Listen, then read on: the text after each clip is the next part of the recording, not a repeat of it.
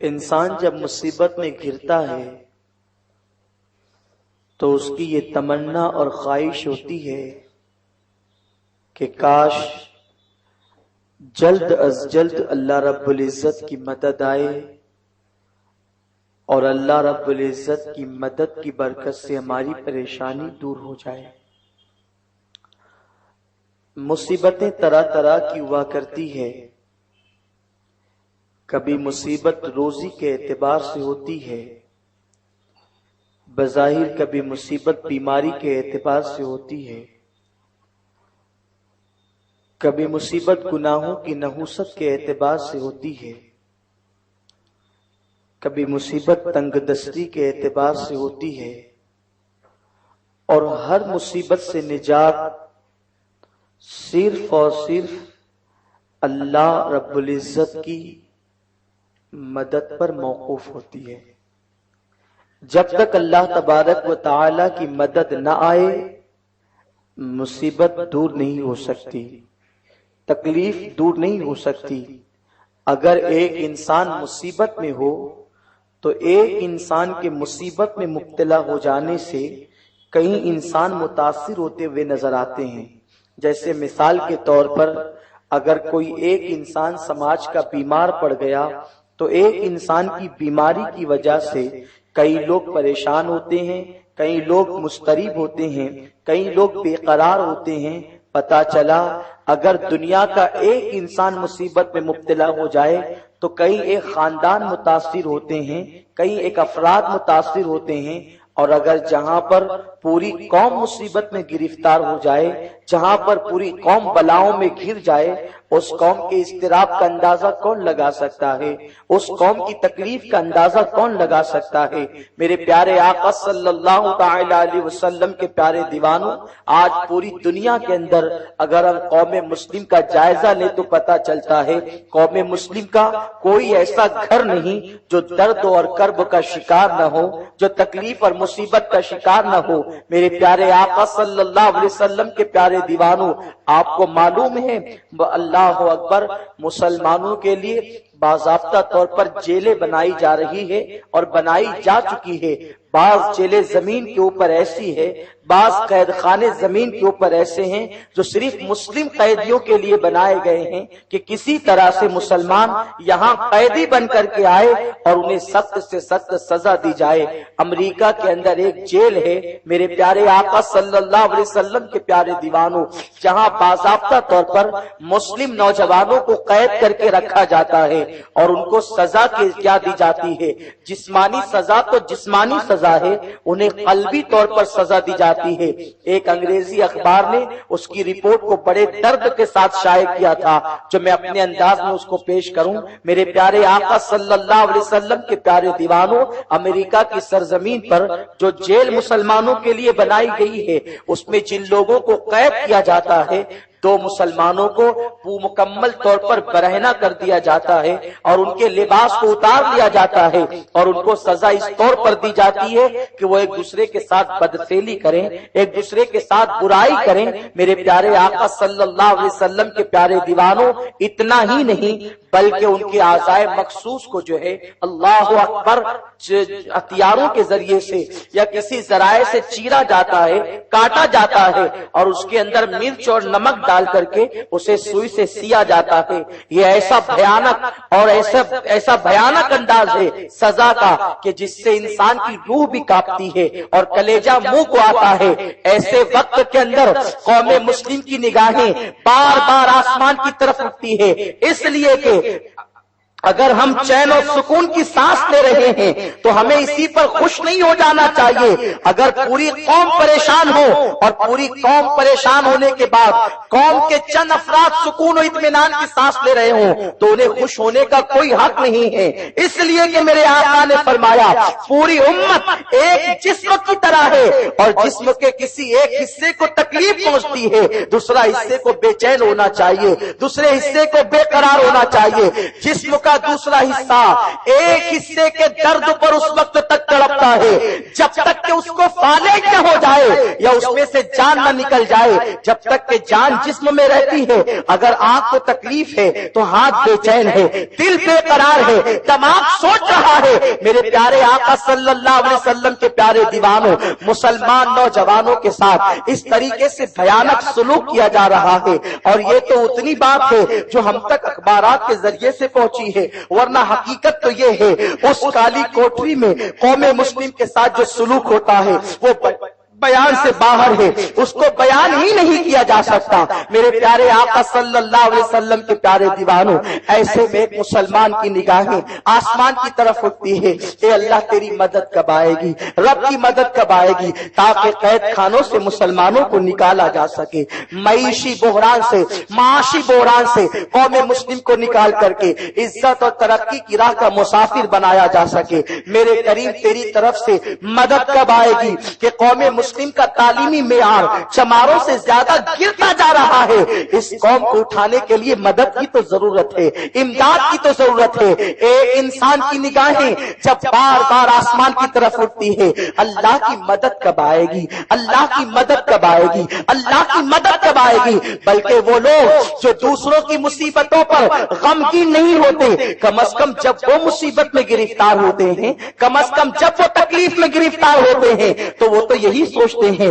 اللہ کی مدد آئے تاکہ مصیبت سے نجات مل جائے، اللہ کی مدد آئے تاکہ پریشانی سے چھٹکارا مل جائے۔ میرے پیارے آقا صلی اللہ علیہ وسلم کے پیارے دیوانوں، جب انسان اپنے نجی معاملات میں بھی رب کی مدد کا متلاشی ہوتا ہے، اللہ کی مدد کو تلاش کرتا ہے، تو قرآن اسے جھنجھوڑ جھنجھوڑ کر کہتا ہے رب کی مدد یوں ہی نہیں آئے گی، اللہ کی مدد یوں ہی نازل نہیں ہوگی۔ اللہ کی مدد کے نزول کے لیے ایک کنڈیشن رکھی گئی ہے، جب تک کہ تم اس کنڈیشن کو پورا نہیں کرو گے، جب تک تم اس شرط کو پورا نہیں کرو گے، اللہ کی مدد نہیں آنے والی۔ اسی طرح سے بے چین رہو گے، بے اطمینان رہو گے، مضطرب رہو گے، تکلیف کا شکار رہو گے، ستم رسیدہ رہو گے۔ میرے پیارے آقا صلی اللہ علیہ وسلم کے پیارے دیوانوں، جب تک کہ اس شرط کو پورا نہ کیا جائے رب کی مدد نہیں آ سکتی۔ وہ شرط کیا ہے؟ قرآن کہتا ہے ان تنصر اللہ ینصرکم،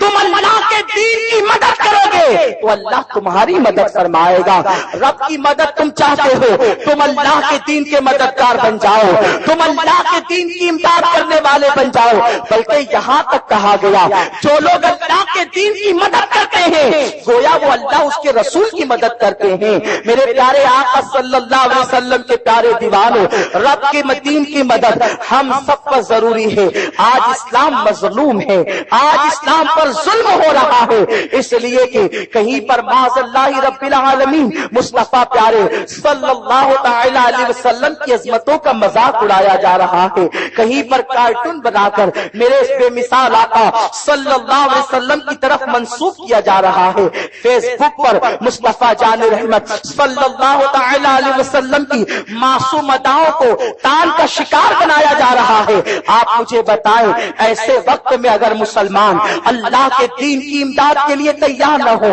تو مسلمان کب تیار ہوگا؟ ایسے وقت میں مسلمان اللہ کے دین کی مدد نہ کرے تو کب مدد کرے گا؟ اس لیے کہ آج اگر مسلمانوں نے اللہ کے دین کی مدد نہ کی تو اللہ نہ کرے وہ دن دور نہیں۔ رب کا ارشاد ہے جب مسلمان اللہ رب العزت کے دین کی مدد نہیں کریں گے تو اللہ تبارک و تعالیٰ انہیں ہلاک فرما دے گا،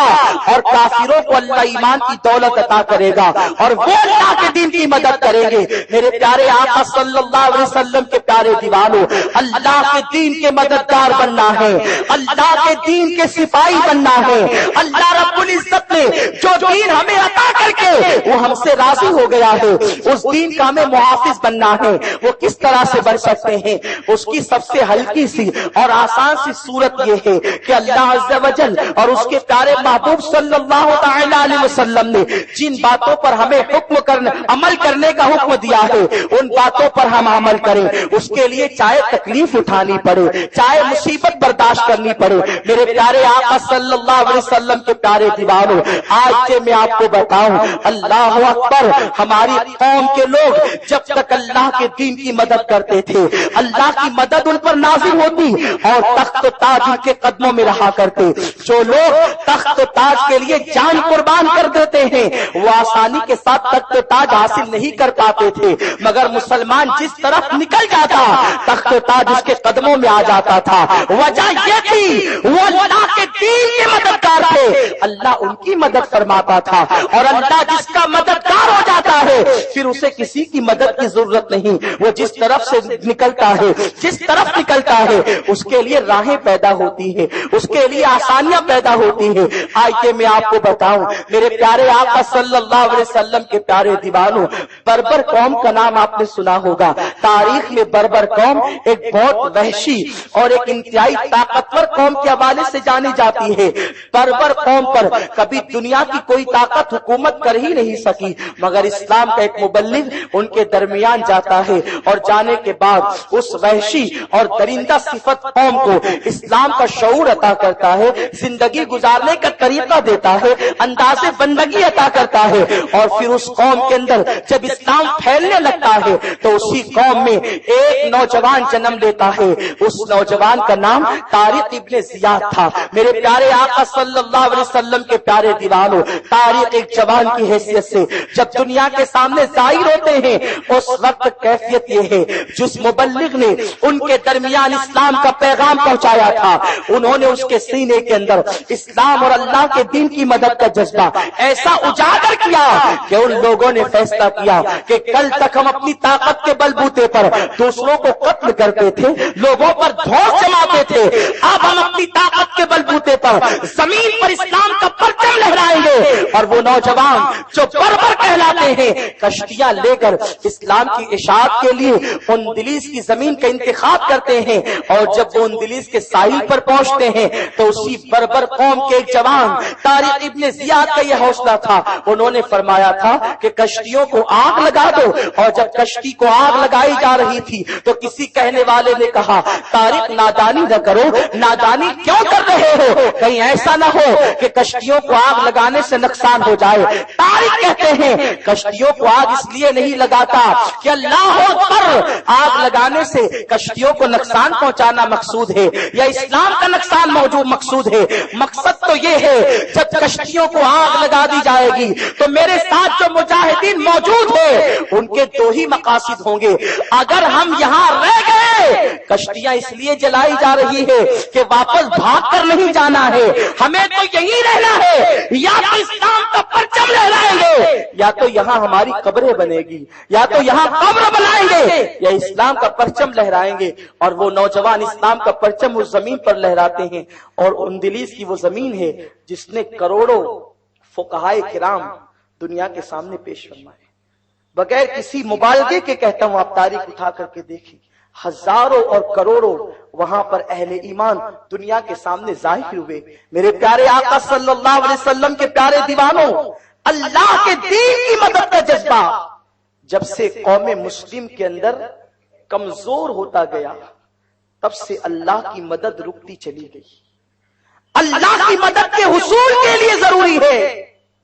کہ ہم پہلے اللہ کے دین کی مدد کریں۔ آج حال یہ ہے، اگر فلم دیکھنا ہو تو کوئی ہمارے گھر پہ دعوت دینے کے لیے نہیں آتا کہ چلو فلم دیکھیں، لیکن ہم 3 گھنٹے کا وقت اس کے لیے نکال لیتے ہیں۔ اگر ہمارے پاس وقت نہیں تو اسلام اور دین کے لیے وقت نکالنے کا ہمارے پاس نہ کوئی جذبہ ہے، نہ ٹائم نکالنے کا کوئی شوق ہے، نہ کوئی ذوق ہے۔ ہمارے پاس دین کا معاملہ آتا ہے تو وقت ہی نہیں رہتا۔ جبکہ صحابہ کی کیفیت یہ تھی کہ حضور صلی اللہ تعالی علیہ وسلم کے کم و بیش 1,24,000 یا 40,000 صحابہ ہیں، جن میں سے صرف 10,000 صحابہ مدینہ منورہ میں آرام فرما رہے ہیں جنت البقیع کے اندر۔ اور 1,14,000 صحابہ. ان کے مزارات آپ کو مدینہ منورہ میں نہیں ملیں گے. وہ روئے زمین پر پھیل گئے. سفر کی مشقتیں برداشت کی.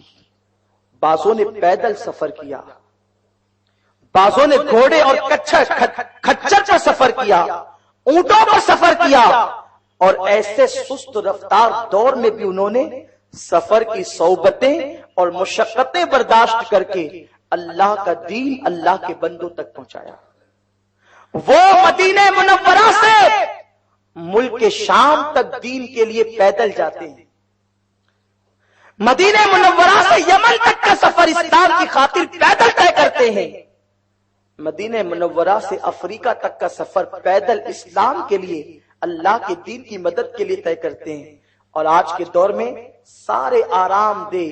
آرائش و زیبائش کے سارے سامان موجود ہے، ایک سے ایک سواریاں موجود ہے، گاڑیاں موجود ہے. اس کے لیے بھی جب دین کے لیے سفر کرنے کی بات آتی ہے تو کوئی کہتا ہے میرے بھائی کی شادی ہے، میری دکان ہے، میرا مکان ہے، میرے بچوں کا امتحان ہے. اس طریقے کے بہانے لگائے جاتے ہیں. آپ مجھے بتائیں میرے پیارے آقا صلی اللہ تعالی علیہ وسلم کے پیارے دیوانوں، صحابہ کا جذبہ کیا تھا، ان کی قربانیوں کا عالم کیا تھا، اور ہماری کیفیت کیا ہے؟